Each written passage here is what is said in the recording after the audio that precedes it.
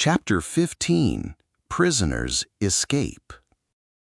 During his last visit, the Inspector General of Prisons, Bawa Jiwan Singh, gave written orders that political prisoners, whose behavior was good, should be sent to special cells, and they should be free to move about in the prison compound during the daytime. He even wrote down the names of some prisoners who were to be sent to the special cells immediately. My name was in the list. We were to be completely unchained. He ordered chains around my feet and hands to be taken off immediately in his presence. I was the first to be chained by the prison authorities, and I was also the first to be unchained.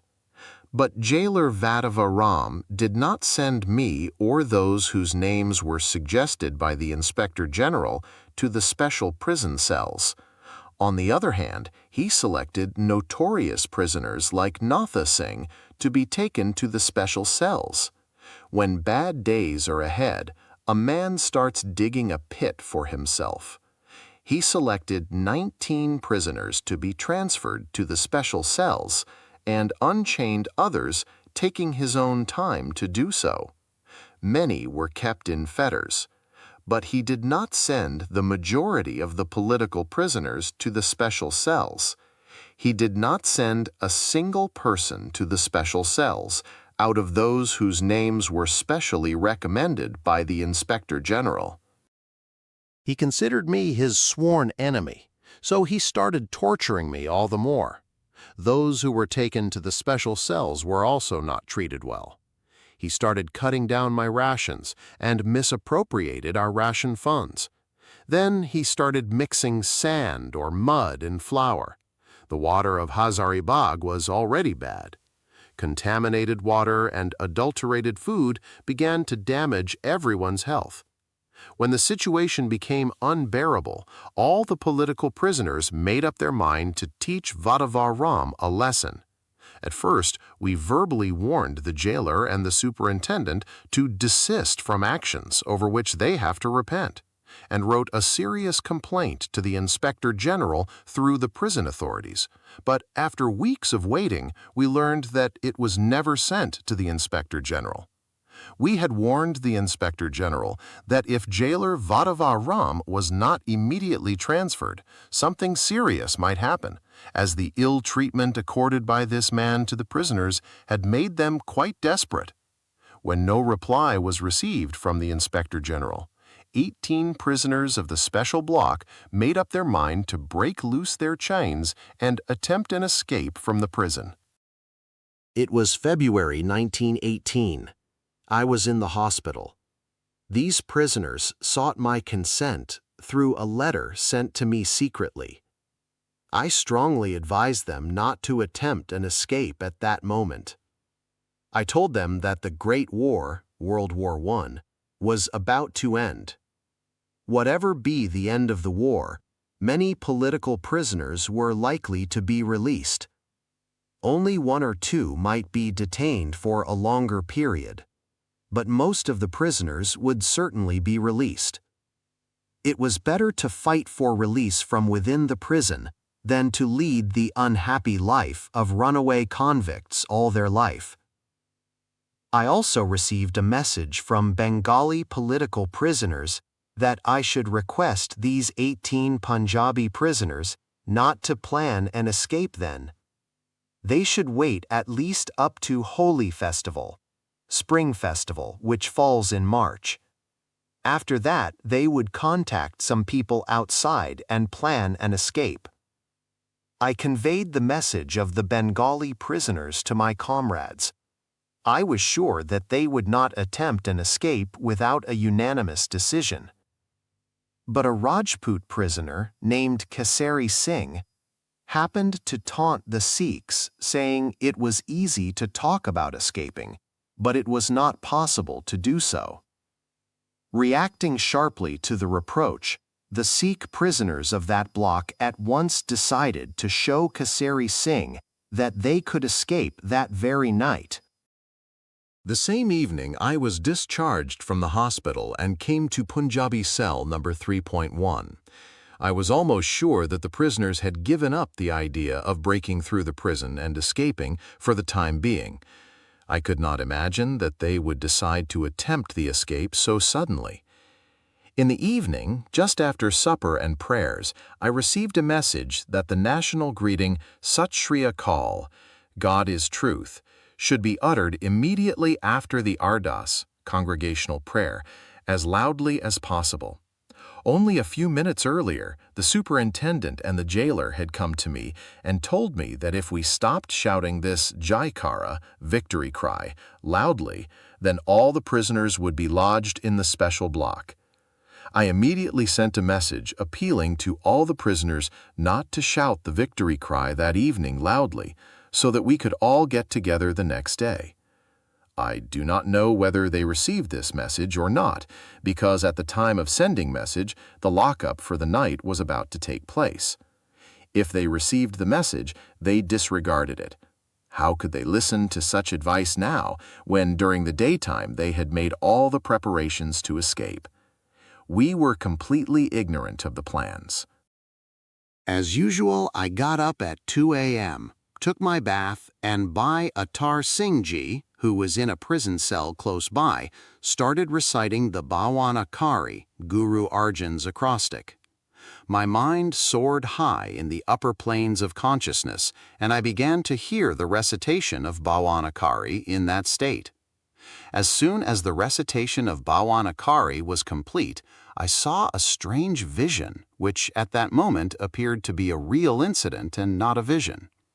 I saw that the door of my cell was open, and 4 people, Bhai Hira Singh, Bhai Sucha Singh, and 2 others, standing outside my prison cell, were trying to come into my cell but were unable to do so. As they were not able to come inside, I made up my mind to go out and meet them. As I rushed out of the prison door, the bars of the prison cell struck hard against my forehead and caused an injury. I then realized that it was only a vision and the prison door was locked. In another minute, Bhai Hira Singh and Bhai Sucha Singh came there and tried to unlock my cell, but they could not find the right key. I asked them whether what I saw was a dream vision or reality, because a minute ago they were not there. They asked me to get ready to escape. The prisoners of the special blocks have all come out of their prison cells and are waiting for you to escape with us, they said. One of these comrades carried a lamp and the other had a bunch of keys and were trying hard to open the lock of my prison cell but could not do so. When we examined the keys, we found them to be the keys of the inner and outer doors of block number 2. I asked them not to waste their time, but make good their escape. 2 of them ran to the special block to get the right keys. At that very moment, the prison alarm alerted all the prison officials and armed guards. They then asked me what to do. My first suggestion was that they should go back to their cells and stay there. God perhaps did not will that they should attempt an escape at that moment. But it was now difficult for them even to go back to their cells. Armed guards were rushing towards our block. I told them, "You have already become absconders. If you are not able to go back to your prison cells, make good your escape by jumping over the nearest boundary wall. But be careful when you jump. Go down the wall cautiously and avoid causing any injury to yourself when you jump down on the other side of the wall." They all rushed to the boundary wall, which was not far from my prison cell. The wall was very high. 3 people had to stand on one another's shoulders to enable the 4th one to reach the top of the wall and jump down on the other side. Led by the Tikadhari Brahmin warder, armed sentries came to the spot. A Sikh who had reached the top of the wall shouted to his comrades, "Why are you wasting your time? Now is the time to throw hand grenades and destroy them. Why do you hesitate? Any weapon at a critical moment is more useful than the bomb." They had no bombs, of course. Bhai Gujar Singh lighted a matchstick and immediately threw a heavy lock at the armed guards. It was aimed at the Brahmin warder, and it hit him on the face. He took to his heels.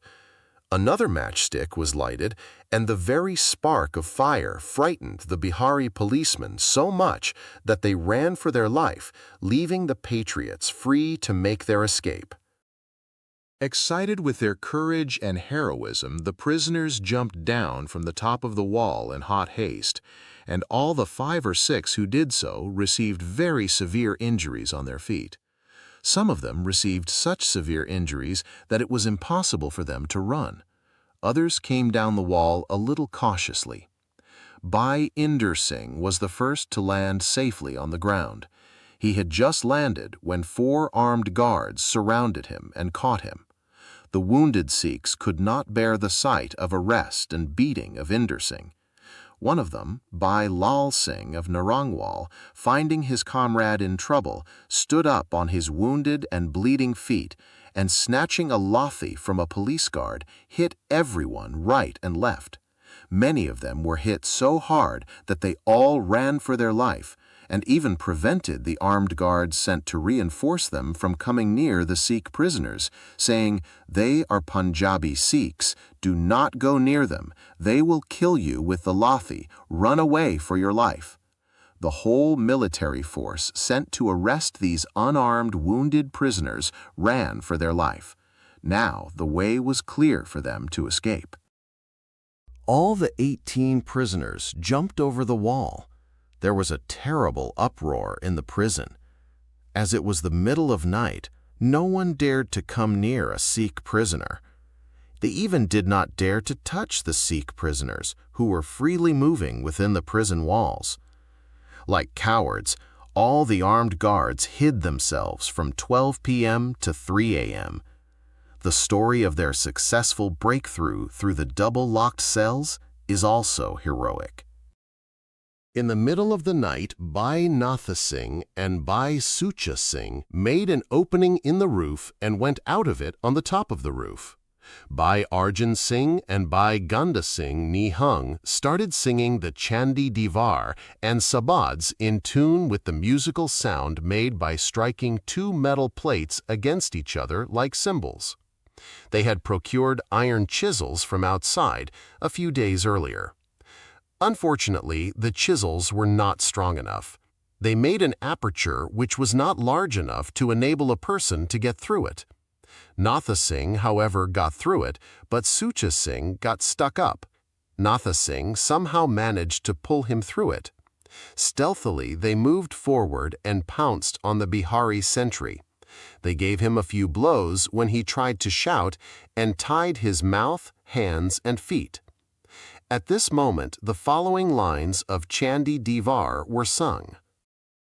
As soon as the police guard was given the first blow, he shouted, "Why do you beat me? I am your Indian brother." He was beaten because he was the guard on duty. Otherwise, he was generally very sympathetic. He was tied hand and foot, and Sucha Singh put on his uniform and belt and stood on guard. He answered the call of other policemen on duty by saying, "Everything is all right here." Soon the Jemadar came there. He carried all the keys of the prison in a bag.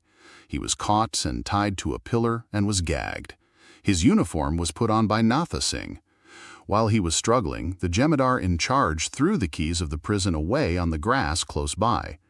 The first bunch of keys which Sucha Singh was able to get was that of the special block, which he took and immediately opened all the prison cells. All the 18 prisoners came out. The 19th prisoner, Vasaka Singh Jr., was afraid to join the prison breakers. Overjoyed with the success of their bid to win freedom, they bypassed the sentry watching on the tower and came to my cell. In a hurry, they were not able to get the keys of my cell. They had plans to tie up the sentry on the prison tower and to give a good thrashing to the Tilakdari Brahmin warder and also to punish Wadhava Ram for all his misdeeds, but there was no time at their disposal. It was already 3 a.m. If they had time, they would certainly have trounced and chastised Wadhava Ram. While coming to the Punjabi block, they gagged the sentry of block number 1 and then of number 3. 2 of our comrades came to open the lock of my cell, while the other 2 held the sentry of block number 2, who almost fainted when they caught him and gagged him. From midnight to 3 a.m., the prison was completely under the control of the Sikh political prisoners. When a new batch of guards came from outside at 3 a.m., the alarm was sounded. Almost all the prisoners planning to escape were as yet within the prison when the alarm was heard. Those who had jumped down from the wall in hot haste were unable to move on. 13 others who were able to walk were prepared to carry them, but they refused to put their comrades into such difficulty which might prevent their escape.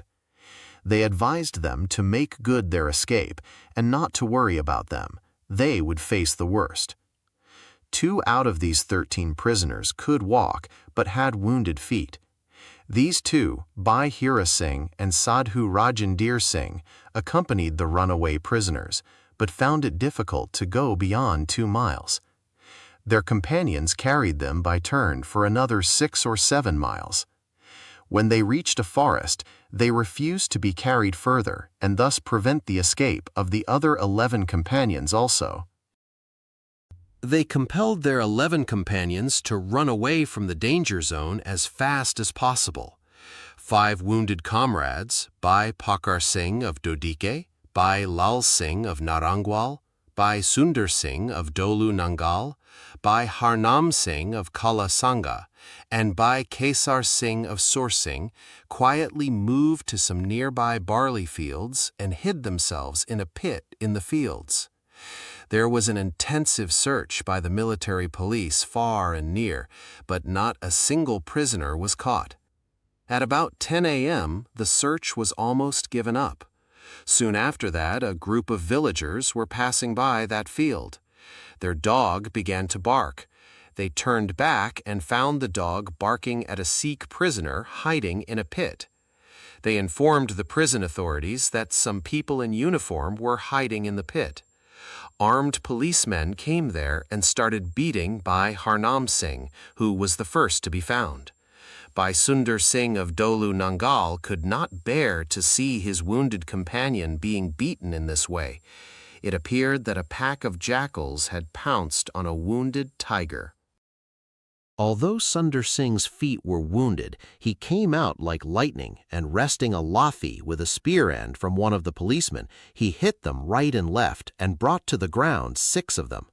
Others ran for their life.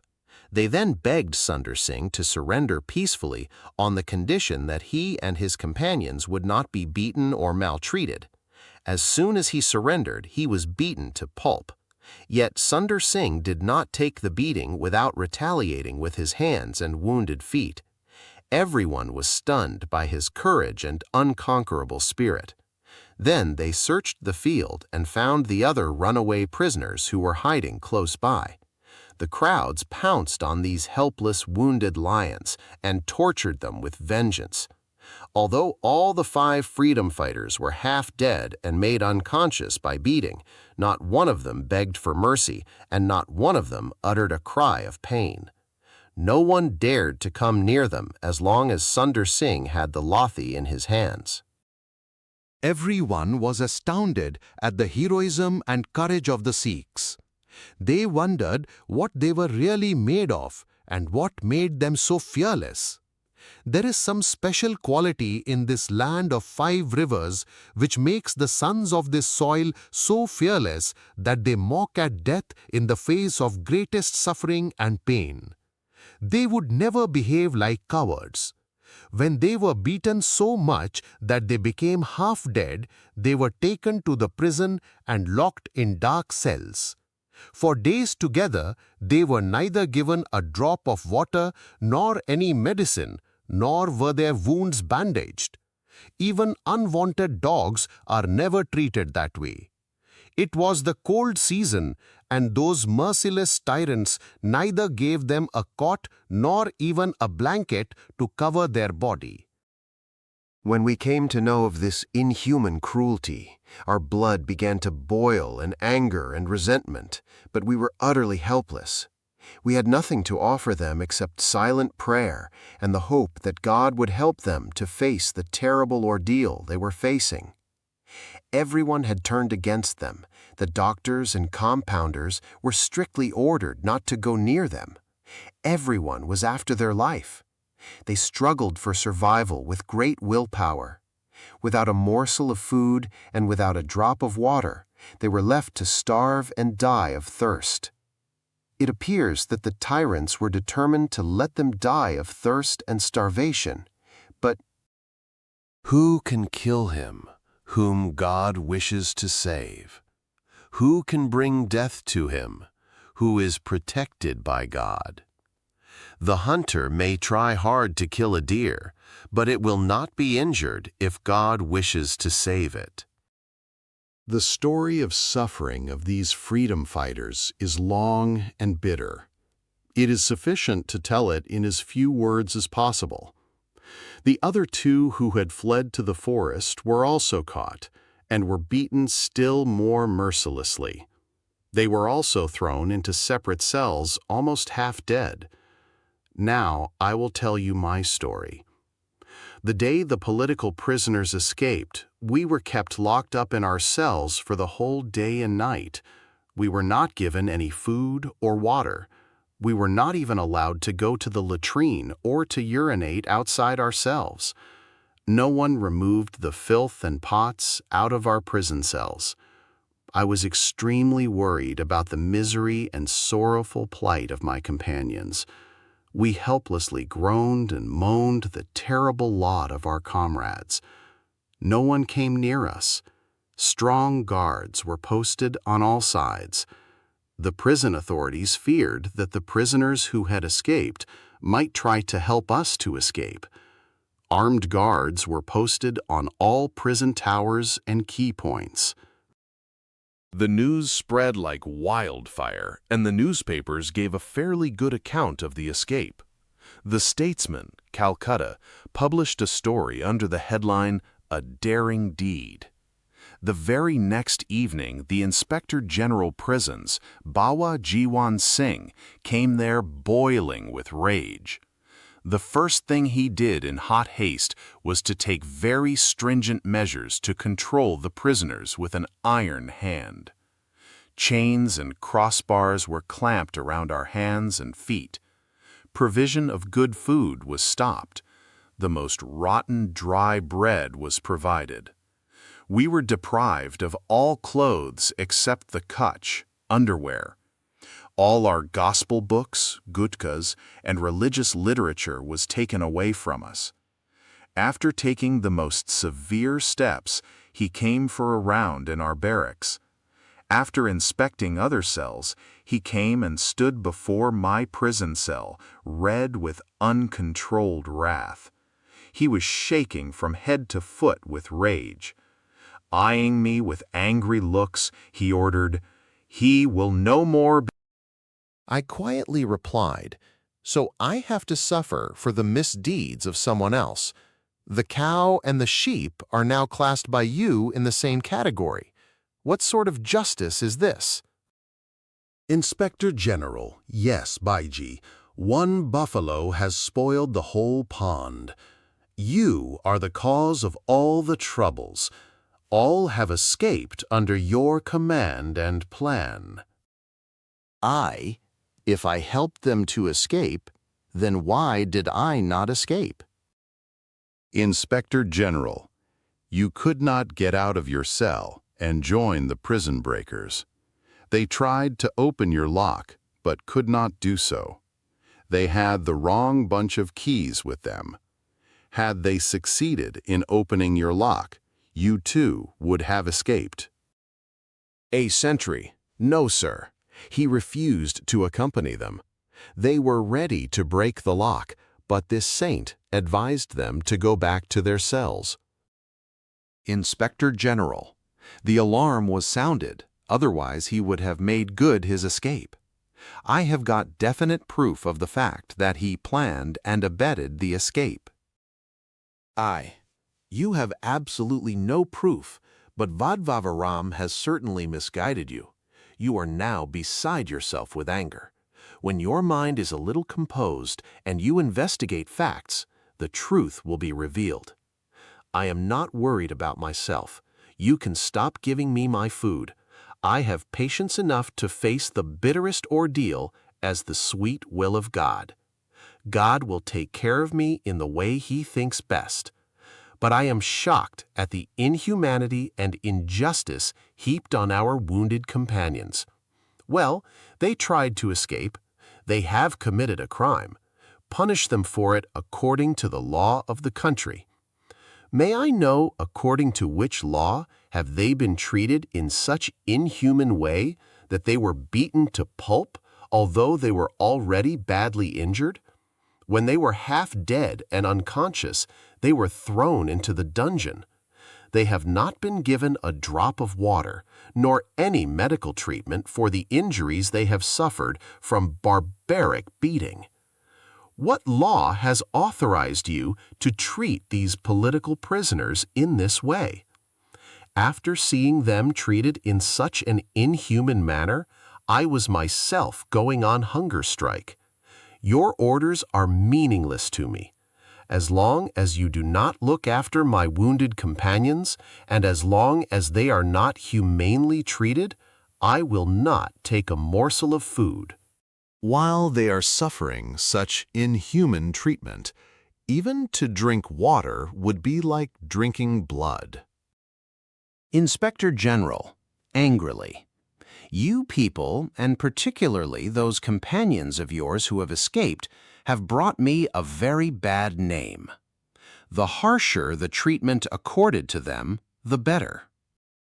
Aye, it is your maladministration that has brought you a bad name. Neither I nor my runaway companions are to be blamed.